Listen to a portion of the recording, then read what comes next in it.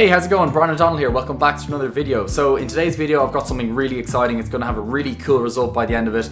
And yeah, I'm just overall really hyped to get filming, get editing, and I'm going to let you know what we're doing right now. So a week ago, I got sent these boxes of tonic from this brand called Swedish Tonic, and they sent me cocktail kits, they sent me a bunch of different stuff. I'll show you all the different stuff in another video, but today I'm going to focus on the gin they sent me. So there's a few different flavors they sent me, and I thought for today's video, I'd show you or take you along the journey with me on how I'm going to edit a really cool sequence of their lemonade gin. And when I saw the lemonade gin, I thought of lemons, so I got some lemons. And I have this really cool video in mind that'll look really cool by the end, and it'll be quite easy to make. Let's get this whole setup. In the background, I'm going to film it here. I have a white desk. Obviously, I'm going to get rid of all this stuff. I'm going to put a black background behind to make this really moody scene, and hopefully just use one or two key lights. And yeah, well, I'll show you when I have it set up. Let's go.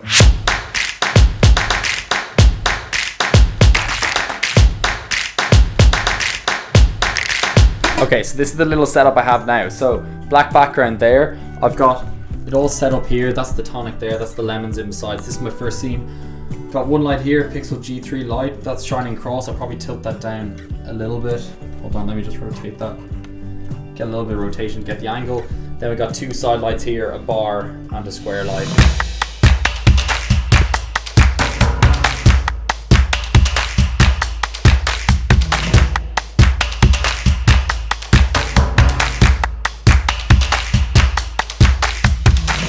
Okay, so we've got all our clips now and we're going to edit them together. Now obviously it's night time. I've spent a while editing it all together. I have the sequence completed and I uploaded it to Instagram, and I put up a poll on Instagram asking, would you rather a tutorial on the filming or on the editing? And the editing won out. More people voted for a tutorial on the editing, so that's what I'm going to focus on today. So there's some parts of the editing that are complicated and some parts are really easy. So I'm going to go through the sequence step by step and showing how I edited each section together, and yeah, you can follow along. I'll show all the screen recordings of how I made it and everything like that, and hopefully it'll be very helpful for you guys. So first clip, that's kind of complicated. You can see that the lemons just roll in and then they roll out again. Now to do this, I put my camera on the table and just kept it still the whole time. Then I put the bottle down with two lemons beside, and I just got my fingers and one at a time rolled out each of the lemons. I then left the camera rolling and then took a separate clip of just the bottle standing there by itself without the lemons. Then you open up Premiere Pro, you get your clip of the bottle standing by itself and you put it on the bottom.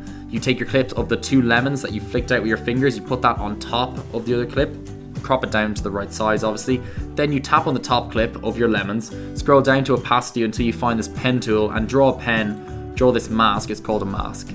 Draw a mask around the lemon, tap on this little stopwatch tool, and then every 2 frames you can move the mask, and then just trace the outline of the lemon until it rolls off the screen, and you're basically just going to be erasing your finger. So do that with both lemons, and that's how you do that edit right there. So the next edit is just picking up a bottle and flicking a bottle cap. That's pretty simple. The way I filmed this bottle cap flicking in the air and then spinning into a lemon, as you can see, I spun it on the end of a stick. I rotated this in a circle in front of the camera with the black background. It's very important to have a black background for doing this. It makes everything so much easier. So then all I did again was I got my clip of my stick with the cap on top, and then I put that on the top layer, and then I got just a plain black video, put it on the bottom layer. Then I went to opacity again, got on the pen tool and drew a mask around the bottle cap lid, therefore removing the stick holding it, and it looks like it's floating in the air by itself. So you do the exact same process, the same masking process to get rid of the stick that was going into the lemon, and then to match them up I just waited until the bottle cap was perfectly flat with the same moment where the lemon was perfectly flat, and I just did a straight cut. So the lemon coming down and then landing on the glass, I just took a clip of me snapping my camera down onto a glass with the lemon already on it, and then I went to screen blending mode over here. This basically removes all the black in the video, so all I'm left with is just the lemon by itself in a video, and then I just pressed on the stopwatch for scale and position, and I lined up the lemon with where it should land on the glass. And because the film is moving so fast, there's very few people that'll notice that there's 2 lemons on the screen at one time. So that works because of the camera speed, and I sped it up a tiny bit. To slide in that bottle, all I did, I took a clip first of just pouring a bottle upside down, just full committing it. And then at the very first frame, I took a screenshot of that and I drew a mask, just a normal mask, no need for the stopwatch or anything, around the edge of the bottle.